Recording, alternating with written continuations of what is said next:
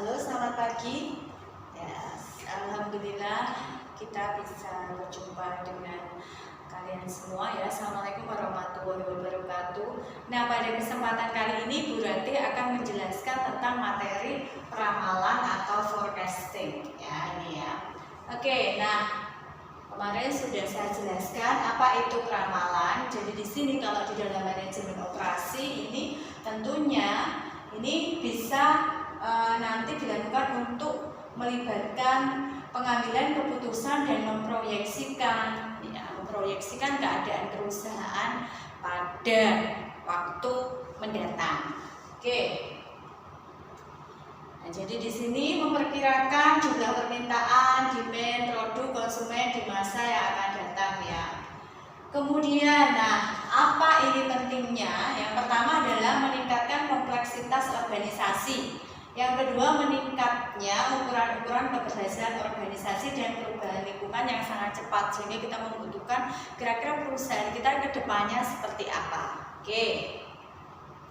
Selanjutnya, nah, penggunaan ramalan yaitu membantu dalam proses pengambilan keputusan. Tadi sudah saya jelaskan. Nah, sekarang kita masuk ke jenis-jenis ramalan. Nah, apa jenis-jenis ramalan? Di sini adalah ya, ramalan ekonomi menjelaskan siklus bisnis dengan memprediksi tingkat inflasi. Kita tahu tingkat inflasi pada saat ini sangat tinggi ya. Kemudian ketersediaan jumlah uang. Ya. Kemudian ada ramalan teknologi, ramalan permintaan. Nah, kondisi saat ini Indonesia adalah dalam masa resesi. Tentunya di sini adalah ramalan ekonomis kita harus lakukan. Supaya apa? Supaya di keberlangsungan mendatang perusahaan ini bisa mengetahui bisa nggak bertahan di tengah tingkat resesi di Indonesia ya perusahaan itu. Dengan cara apa? Mungkin bisa menginovasi produk atau kalau enggak ya mereka mau nggak mau harus menurunkan dari jumlah karyawan atau mem-PHK dari karyawan dan lain sebagainya. Tindakan yang harus dilakukan oleh perusahaan dalam menghadapi resesi. Nah, selanjutnya ya, ada langkah-langkah ya, langkah-langkah yaitu menetapkan tujuan ramalan ya, menentukan horizon, jenis metode ramalan, mengumpulkan data, membuat ramalan, memvalidasi. Kemudian ada dua metode ramalan kualitatif yaitu menggabungkan faktor seperti intuisi, emosi, pengalaman pribadi, menganalisis kondisi objek dengan apa adanya. Yang kedua kuantitatif. Kalau kuantitatif berarti ini dengan perhitungan. Nah, nanti kita akan melakukan perhitungan-perhitungan. Ya, ini secara kualitatif jadi kita membandingkan gitu ya self cost composition ya, digabungkan tingkat wilayah nasional untuk mendapatkan peramalan secara keseluruhan. Nah, sales harus mengetahui apa yang diinginkan konsumen karena di sini sales force compose. Nah, kemudian survei pasar. Nah, survei pasar di sini biasanya dilakukan oleh perusahaan ketika dia meluncurkan produk baru. Produknya kira-kira disukai konsumen enggak? Nah, itu ya. Misalkan ketika Coca-Cola meluncurkan Palpi Orange karena di sini memang adanya tingkat persaingan dari perusahaan yang sejenis, perusahaan minuman cola yang sejenis. Nah, maka di sini dia membuat inovasi baru ya. PT Coca-Cola Amatil Company membuat inovasi baru dengan memunculkan Palpi Orange. Nah, kemudian mereka mengadakan yang namanya consumer market. Suka enggak pelanggan konsumen dengan Palpi Orange? Nah, itu ya, itu yang dilakukan oleh perusahaan. Oke, ya. Nah, selanjutnya ini langsung masuk ke sini ya. Selanjutnya kita akan mengadakan atau melanjutkan di penelitian kuantitatif, peramalan kuantitatif ya. Moving average example. Nah, seorang manajer di situ dia ingin meramalkan berapa penjualan nantinya di tahun 2003 ya, dengan menggunakan tiga periode, 3 tahunan periodenya. Nah, ada tahun 98 penjualannya 4, kemudian tahun 99 naik kemudian 2005, kemudian di 2001 turun menjadi 3, penjualannya 2002 7 ya. Jadi fluktuatif naik turun ternyata ya ketika manajer ini melihat dari laporan penjualan. Nah, selanjutnya bagaimana kita untuk meramalkan ya, peramalan. Ya, di sini kita tulis dulu soalnya. Nah, tahun 2003 berapa gitu ya. Nah, jadi di sini kalau ini tadi soalnya 4, 6, 5, 3, 7 dari mulai tahun 1998 sampai 2002. Kemudian karena 3 tahunan maka yang dihitung 3 tahun dari awal tahun 98, 99, 2000. Nah, maka di sini total pergerakannya dimulai tahun 2001 dengan menjumlahkan tahun 3 tahun sebelumnya. Tahun 98 4 penjualannya, tahun 99 6.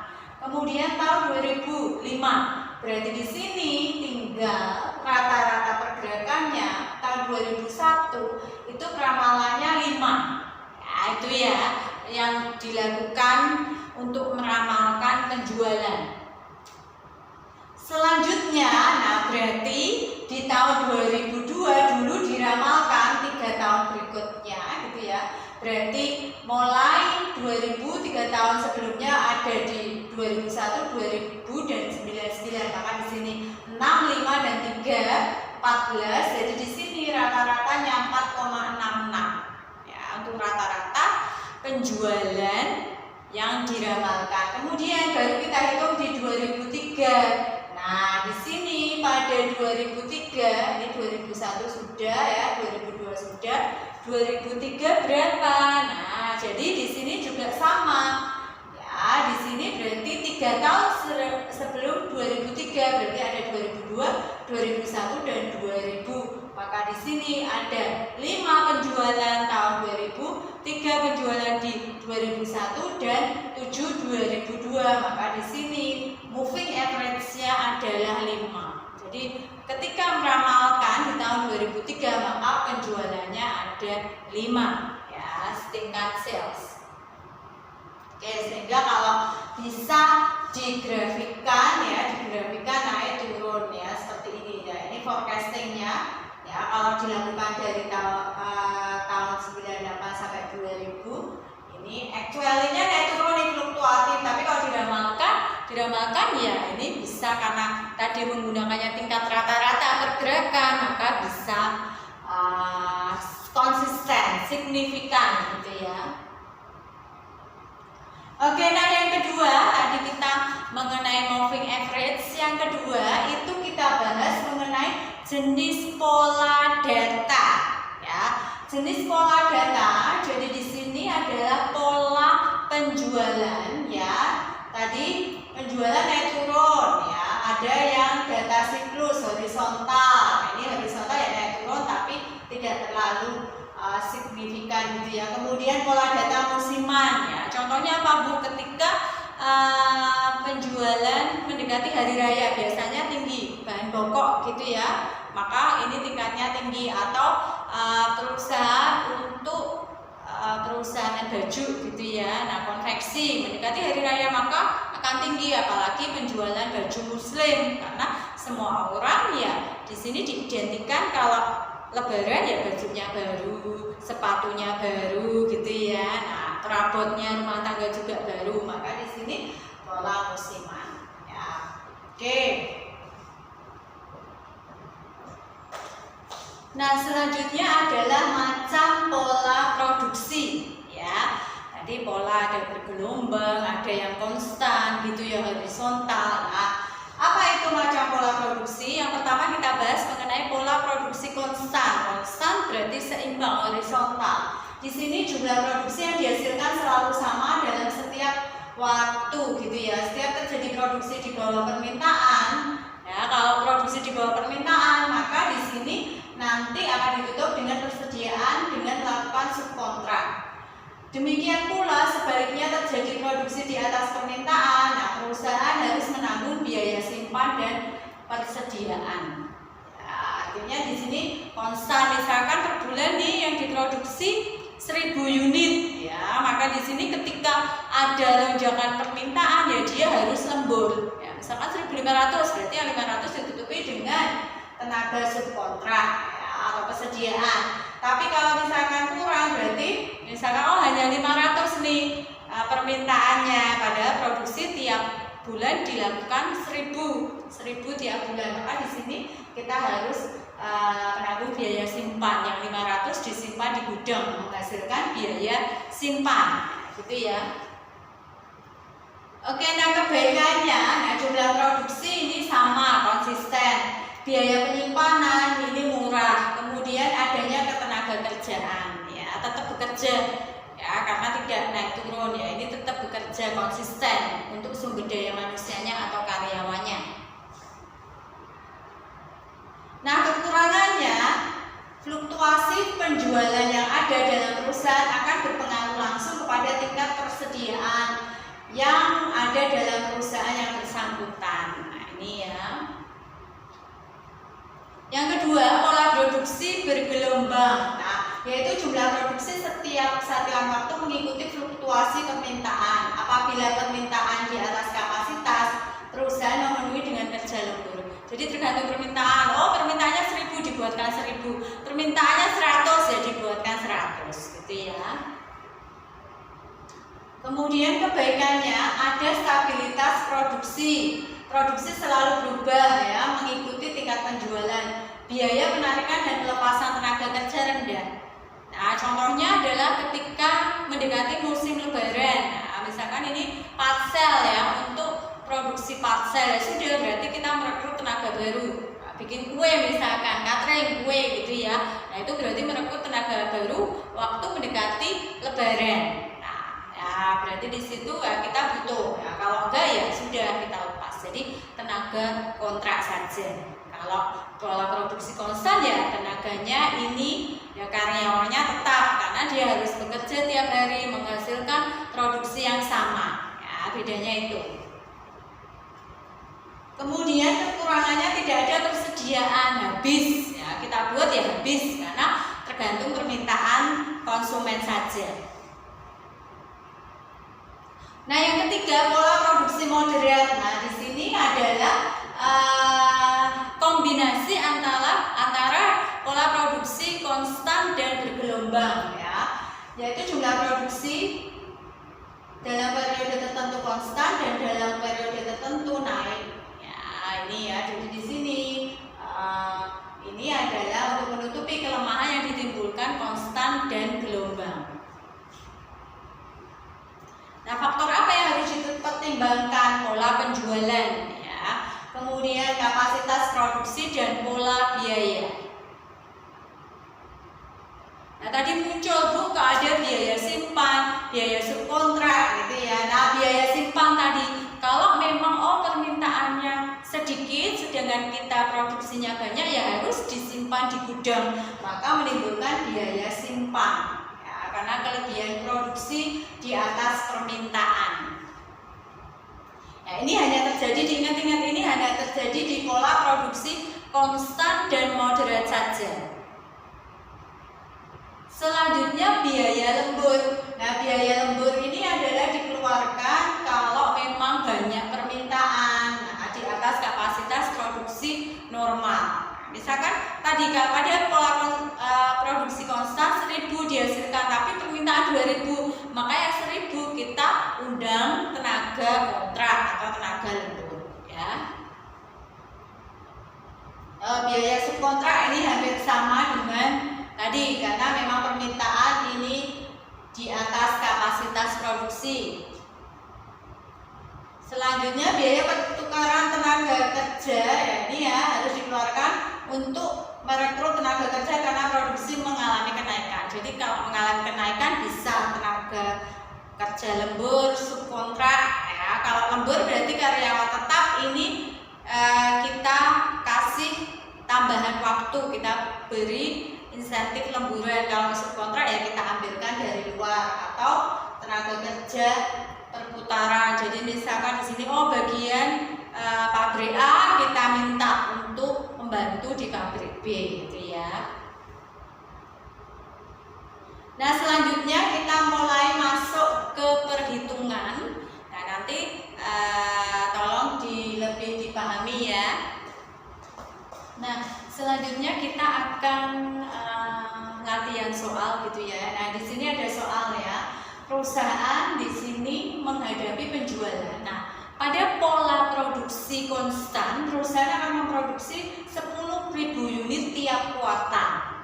Nah, tetapi kita lihat penjualannya ini naik turun. Kuartal pertama 8.000, 28,5, kuartal 3 11.500, kuartal 4 12.500. Kita lihat ya asumsinya. Ketika perusahaan berada pada pola produksi konstan, maka dia harus memproduksi 10.000, tetapi jumlah permintaan atau penjualannya hanya 8.000 unit. Maka sisa 2.000 tuh ya. 10.000 dikurangi 8.000 masih sisa 2.000. 10.000 kurangi 8.000, 2.000 pada kuartal pertama. Nah, sisanya gimana Bu? Sisanya barang 2.000 itu disimpan di gudang sehingga menimbulkan biaya simpan. Nah, biaya simpan Rp150, nanti tinggal dikalikan dan seterusnya. Nah, itu ya. Kalau itu pola produksi konstan setiap kuartal 10.000 penjualannya, berarti nanti bisa masuk ke gudang, muncul biaya simpan. Kalau kurang gimana Bu? Kita bisa melakukan biaya subkontrak, misalkan di sini ya subkontrak 200 dan sebagainya. Oke, jadi di sini pertanyaannya, apakah yang diambil yang bagus yang mana? Pola produksi konstan, ya konstan terus. Kalau jumlah permintaannya naik turun, apakah bagus pola produksi konstan atau bergelombang mengikuti jumlah permintaannya? Jumlah permintaan 8.000, kita tutup 8.000, 8,5 dan lain sebagainya. Oke, alternatif yang pertama, misalkan ya ini kita gunakan pola produksi konstan. Berarti konstan tiap kuartal perusahaan selalu memproduksi 10.000. Kita lihat pada kuartal pertama produksi 10.000, penjualan hanya 8.000, maka kelebihannya adalah 2.000 masuk gudang, muncul biaya simpan 2.000 kali 150, 300.000 di kuartal pertama. Selanjutnya kuartal kedua, maka di sini sama. Produksi setiap kuartal 10.000, jumlah penjualan atau permintaan pelanggan 8,5, maka kelebihannya 1.500. Nah, biaya simpannya 1.500 kali 150, 225. Atau di sini biaya kuartal 1 dan 2, 225 tambah 300.000, 525. Atau langsung saja tadi jumlah produksi 2.000 plus 1.500, maka 3,5 kali 150 sama 525, sama ya. Boleh ditambahkan dulu, jumlahkan dulu untuk jumlah produknya ya, jumlah sisanya 2.000 unit tambah 1.500, 3,5 kali, jadi masih ada simpenan sampai kuartal kedua 3,5 unit. Selanjutnya pada kuartal ketiga ya, di sini produksinya 10.000 kuartal ketiga, tetapi penjualannya 11.500. Berarti perusahaan kurang. Nah, kurang berapa? Kurang 1.500. Karena kita produksi 10.000, ternyata barangnya permintaan yang dijual 11.500, maka kekurangan 1.500. Tapi ingat, pada kuartal 1 dan 2 kita masih punya cadangan atau sisa di gudang. Berapa Bu? 3,5, 3.500. Maka di sini bisa ditutup kok. Nah, 3.500 dikurangi 1.500, ya 2.000. Berarti biaya simpan pada kuartal ketiga adalah 300.000. Ya itu ya. Kemudian kuartal keempat. Nah, ternyata jumlahnya ini 12,5 penjualannya. Kurangnya berapa Bu? 2,5. Kita lihat tadi sisanya berarti masih 2.000 saja di kuartal ketiga. Bisa ditutup karena kurangnya 2,5, ditutup 2.000. Yang 500 gimana Bu? Nah, di sini diusahakan dengan kerja lembur ya. Biaya penyimpanan kuartal 4 tidak ada karena tidak ada sisa produksi yang disimpan. Maka kuartal keempat di sini masuk ke kerja lembur 500 unit tadi kali 150.000. Nah, itu yang terjadi di pola produksi konstan. Tadi kuartal pertama ada masih sisa 2.000, kuartal kedua 1.500, kuartal ketiga tadi masih bisa tertutup, kuartal 5 muncul biaya lembur. Kemudian, nah ini ya, nanti munculnya ini biaya simpan kuartal 1 sampai 4, kemudian ditambah biaya lembur, munculnya ini 1.175 kalau digabung tadi.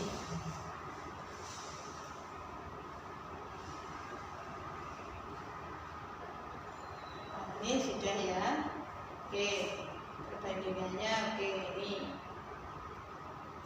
Nah, selanjutnya alternatif kedua itu pola produksi bergelombang. Di sini perhitungannya bila perusahaan berproduksi sesuai dengan permintaan. Jadi kalau konstan tadi 10.000 terus tiap kuartal, kalau gelombang sesuai dengan jumlah penjualannya. Ya, misalkan daya penyimpanan tidak ada sebab tidak ada sisa produksi. Jadi mintanya 8.000 ya kita produksi 8.000. Kuartal kedua mintanya 8,5, kita produksi 8,5. Kuartal ketiga mintanya 11.500 tadi ya, kita produksi 11.500. Kuartal keempat 12.500, ini permintaan ya, kita produksi sejumlah itu. Itu untuk pola produksi alternatif kedua bergelombang. Nah, biaya kerja lembur ya, kuartal 3. Tadi kuartal 1, 2 kan nggak ada masalah karena jumlah produksinya ini sesuai batas normal. Sesuai batas normal adalah di bawah dari 10.000 ya. Kuartal ketiga kapasitas 10.000, penjualannya 11,5, kekurangan 1.500. Nah, kita lihat kekurangan ini bisa ditutup dengan kerja lembur 1.000 dan biaya subkontrak 500. Kok bisa 1.000, Bu? Nah, di soal tadi sudah dijelaskan. Ya, kita lihat ke soal lagi. Nah, kalau perusahaan bisa kapasitas penuh, ini bisa menambah sampai 11.000. 10.000 bisa ditambah sampai 11.000, menghasilkan kerja lembur 100 rupiah. Tapi kalau sudah di atas 100.000 maka harus dengan subkontrak. Ya, sisanya kalau sudah lebih dari itu. Ya, itu ya. Oke. Nah, maka di sini muncul tadi kan 11.500 yang 1.000 masuk biaya lembur dengan upah 100, yang 500 masuk dengan biaya subkontrak. Berarti 100.000 tambah 100.000 ya. Ini 1.000 kali 100 rupiah, 500 unit kali 200 rupiah.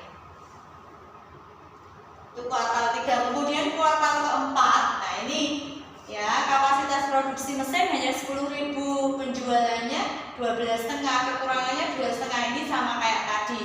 Yang 10 sampai 11.000, 1.000 masuk di dalam biaya lembur, kemudian sisanya berarti 1.500 kali biaya subkontrak. Nah, jumlahnya berarti semacam ini. Nah, ini yang kalau di total. Nah, kalau kita lihat, oh kalau pola produksi konstan ketika perusahaan memproduksi selalu sama, ini akan menimbulkan biaya yang lebih tinggi dari pola produksi bergelombang sesuai dengan jumlah permintaan. Sehingga baiknya perusahaan memilih alternatif pola produksi bergelombang atau sesuai dengan permintaan. Nah, ini ya, jadi kita pilih pola produksi sesuai permintaan karena biaya yang dihasilkan rendah. Oke, saya kira itu penjelasan mengenai forecasting. Tadi ada moving average dan juga pola produksi. Ya, terima kasih. Kita jumpa pada kesempatan yang berikutnya. Wassalamualaikum.